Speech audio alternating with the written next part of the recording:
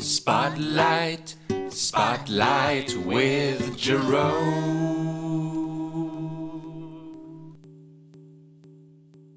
Sit down. The show's starting.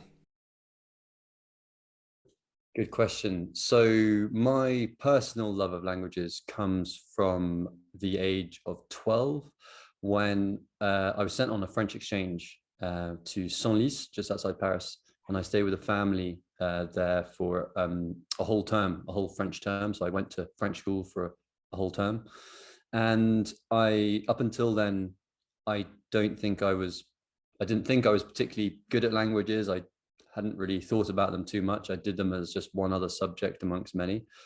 But when I got there, or shortly after getting there, or maybe 2 or 3 weeks after getting there, I realized I was actually able to really communicate to a whole different culture and appreciate and enter into that culture in a way that I hadn't appreciated was possible before.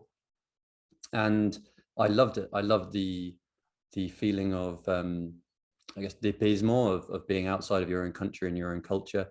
I love the feeling of having conversations with people about other things that incidentally I was passionate about, like food, for instance, or sport, and realizing that there was an entirely different way of thinking about food and sport in that country. And I was able to enter into it because of the fact that I was speaking fluently in French.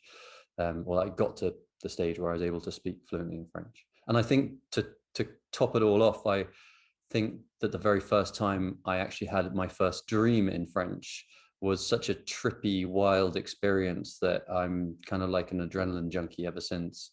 And that feeling of real, almost sort of out of body experience of dreaming in a different language for the first time, for those of us who've had it, is a pretty crazy feeling. So yeah, that's probably where my love of languages came from. I think that the best way of describing it is literally chronologically what I did. So after university, I wasn't quite sure what I wanted to do. I spent a lot of time, I spent about a year just being a private tutor. I tutored all different subjects for GCSE, some at French and Spanish at A level. And I was trying to get a feel. I was living in London. I was trying to get a feel for what I wanted to do, with my degree. And I realized I loved the teaching. I loved the actual tutoring that I was doing, and I wanted to do it more. I wanted to actually teach in a classroom. And briefly on my year abroad from Oxford, where I studied French and Spanish, I had taught English in a Argentinian school, just quite casually. It was relatively informal. It wasn't a proper position, but I was asked by the local school if I could teach, and I loved it. So I thought I'd apply for teaching positions in the UK to teach French and Spanish, and I got a job at rugby school. Was very lucky to be taken on there, considering how inexperienced I was, and I really enjoyed the experience. I loved being in front of the students. I loved being challenged on my own knowledge of French and Spanish. I found it very, very rewarding. But after 2 years of teaching, something was bothering me about, I don't know, something about the resources, mainly not through the school environment, but I felt that I wasn't progressing, and that I hadn't progressed since when I was being taught myself, and I wanted to try out other careers. And in summary, I went from teaching to working as a chef in a Brazilian restaurant, because I also have Portuguese as one of my languages. Which was great fun, but it wasn't for me. I went from chefing to working in finance because I have some Italian, and there was a financial company that wanted me to sell shares into European firms. So I had a bunch of their languages, so that was fascinating. 2008 crisis meant and the company folded, which I was delighted by, because I didn't actually want to be working in finance. And I ended up working for an IT tech company out in France. And whilst I was out there, I started to learn a little bit about the internet and how it works, and about programming. And at that stage, the thing which had been bugging me and bothering me as when I had been a classroom teacher, which was to do with resources and this lack of authenticity in the audiovisual resources that we were using, it suddenly became apparent what it was that had annoyed me. And it also what also became apparent was the solution to that, which was using online materials to deliver authentic, unscripted language directly into the classroom. And there was a definite eureka moment, real clarity about what it was that I needed to do. So I continued to work at that company for a while, but on the side, I started building thisislanguage.com. I started doing my first interviews down in Grenoble, and sent it back to friends of mine who were teachers in the UK, early prototypes of the site and of the interviews, and got lots of positive feedback. And at a certain stage, I just thought, well, it's sort of now or never. I've got to dedicate this to myself, to this full time. And yeah, it's here. We're 10 years later. We're 10 years old, and we've got 1,500 schools and quarter of a million students, and a growing team. Absolutely, yeah. And that's what I gave a talk recently at a school about careers in languages, and I thought long and hard ahead of the talk about trying to offer something different. And I realized that there's something that learning languages, studying languages, gives you that no other subject does, which is, as well as the literally, I suppose, the skill of the language itself, so acquiring the language and being able to communicate in that language, and that side of things, which is, as it were, very clear and obvious. There's an additional skill which is around what I refer to as the entrepreneurial mindset. So maybe another interview, Jérôme, we could talk about this, but it's about thinking on your feet. It's about being prepared for unexpected situations, and a whole host of things which sadly we don't talk about enough when we're promoting language uptake in this country, and which I'm really interested in and very passionate about. As you can tell, I have a very varied career background ahead of setting up this language.com, and I feel it's a real skill set that languages offer, which we don't talk about enough. It's just the origin of why I set it up. Whilst I could say, yes, it's because there was a lack of authentic materials in the classroom, this was really made very apparent to me when I took a group of students over to Paris for a 3-day trip, an exchange and visit. And when we got to Paris off the Eurostar, I said to them, I want you to go out and speak to young people and come back in a couple of hours. But I want you to speak. I want you to use your language, not just visit a bakery and go to the museum and do all the things which you do on these trips. I actually want you to speak to people. So off they went, and they came back a couple of hours later, and I said, how did it go? And they said it was great. We collared a few people in the street and tried to engage them in conversation. And we asked them the questions, but when they answered, they couldn't understand them because, and the quote which really sticks in my mind is, they don't speak like that on the CDs, which at the time we were using CDs, in the classroom. And I think that that's the bit which really kicked it off for me, and which resonates, I think, with most teachers, that if we're not using materials which how people speak, then how can we expect them to be prepared for real world interactions and situations? I was doing basically mainly the wireframing and using some HTML and CSS for literally just some web pages, some really basic stuff. And then very quickly I realized that I would be better off focusing on the content, and then starting to use an outsourced developer to actually build some of the more technical challenges that whilst I probably could have done it with enough time, I wouldn't have been able to do both simultaneously. We at thisislanguage.com, as you know, we create all our own content. It's predominantly video based, but it's grown over 10 years to be a complete platform, a complete suite of products, assessing, listening, speaking, reading, writing. And there's no way, I don't think I could have grown it to that scale if I hadn't chosen one path to take, whether that was the content or the programming. And I chose to focus on the content and eventually to outsource the programmatic side.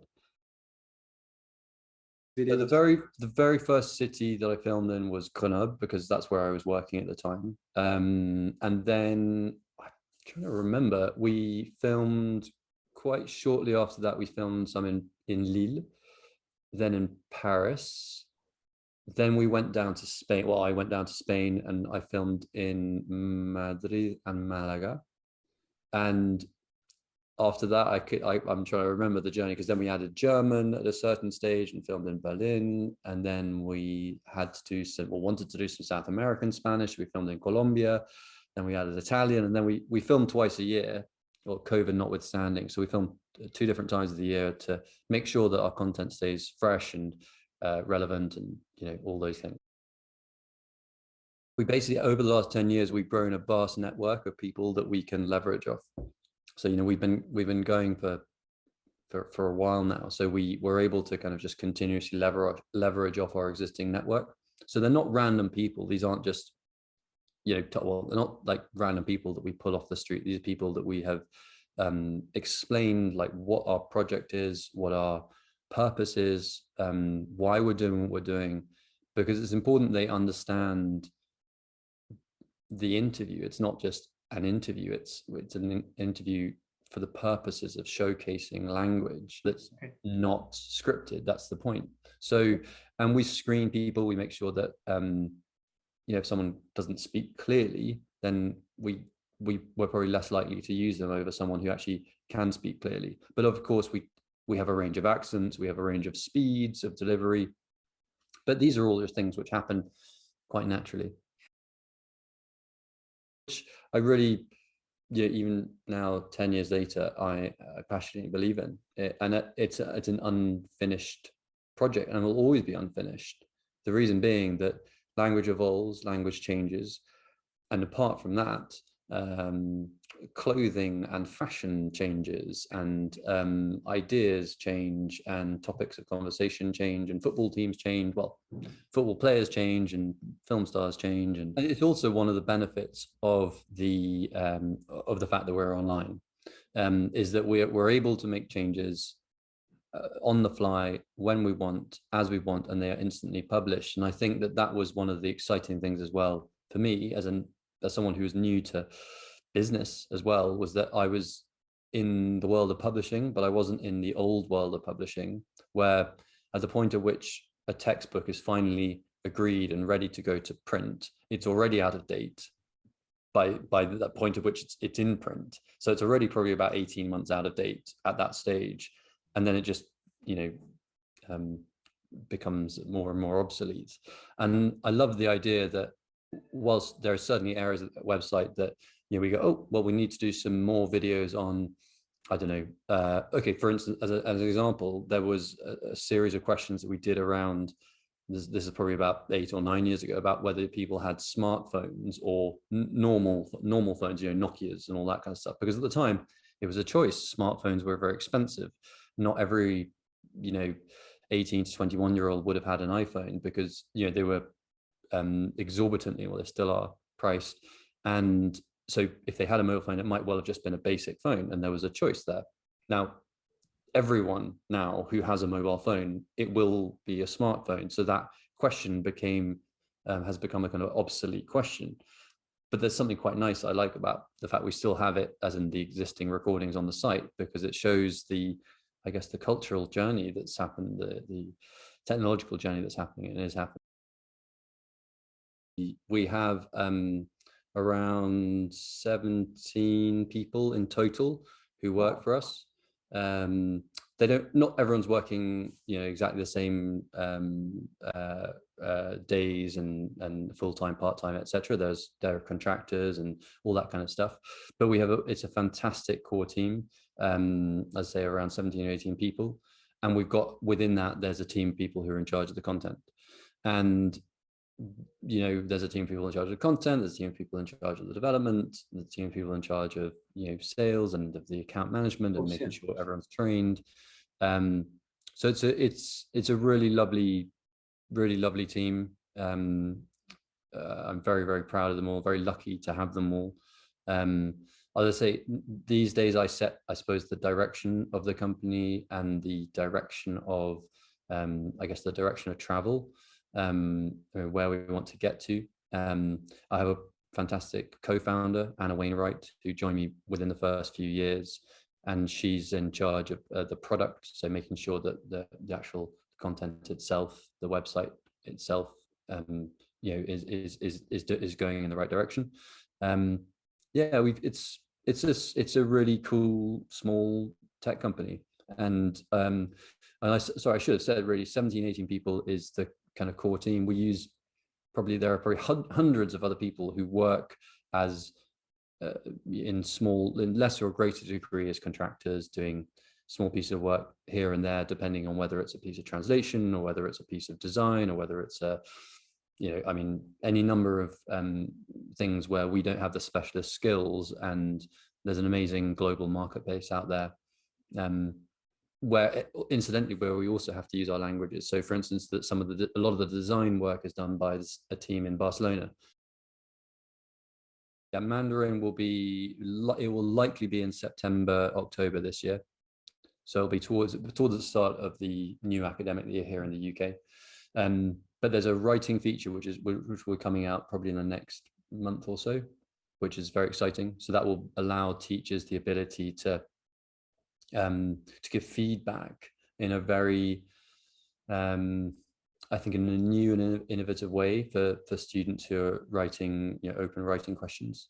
So they can actually, select words and then comment specifically around specific words or lines of the writing that a student's done. Okay. And I think there's lots of research that's done, obviously, on the value of feedback as opposed to marking.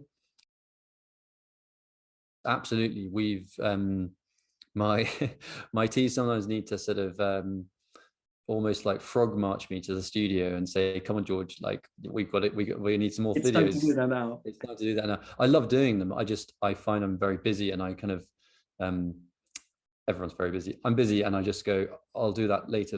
And then what I need, in fact, is what the team do. They say, George, we are blocking out this entire day, and you are going to be in the studio.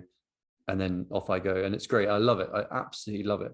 I then want to go and do it all day.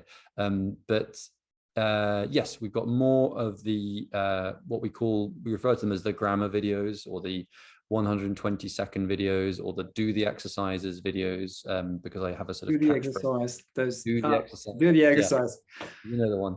So yeah, we've got. I think we've got about, across the 4 languages, I think we've got about another 70 videos that are about to drop. They've all been done. They've all been filmed. They've all been edited. They're about to hit the live website, and then we've got about another 50 or 60 that we're filming over the course of the next few months. Yeah, I mean, I'm just the stooge, I just sort of I basically don't do very much, honestly, truly. I deliver the lines. I present this character of the grammar guy, and which it's a bizarre character, but it is a character. It's a real-time multiplayer vocab game where students kind of race against each other to type words faster than the other 3 people in the game, to take tiles off them to win. That's the sort of summary of the game. But it's a lot more than that, because it has a kind of crazy, first of all, it's got a weird name, Nutty Tilez. It's got a very bizarre music behind it. We talked about, we wanted a game, first of all. We want a game which fulfills the following criteria. It has to be incredibly fun in and of itself. It has to be a fun game. The game has to be enjoyable intrinsically. And then secondly, it has to also be extremely pedagogically sound. It has to be something where the students are going to learn in spite of themselves. They won't even know that they are learning. And we do that through various game mechanics, which mean that there's spaced repetition and all those kinds of things. And then the third thing, which we didn't sort of think about, but it just came about because part of who we are as a company, I think, is that we have a slightly alternative approach to things. We're a bit quirkier than a lot of the other companies out there who teach languages, and it just transpired that this game became a slightly bonkers adventure. So we called it Nutty Tilez because we use peanuts to represent the lives that you have left, and tiles because there's this flashing tile game board, so that's the name. The music came about through a friend of mine, Crispin Woodhead, Monkey. Hello, if you're watching this, who is an absolute genius. He used to be the head of languages at Rugby School, but he's a polymath really. But he's now head of the Orchestra of the Age of Enlightenment in London, an incredible musician. And I asked him to develop the music for the game.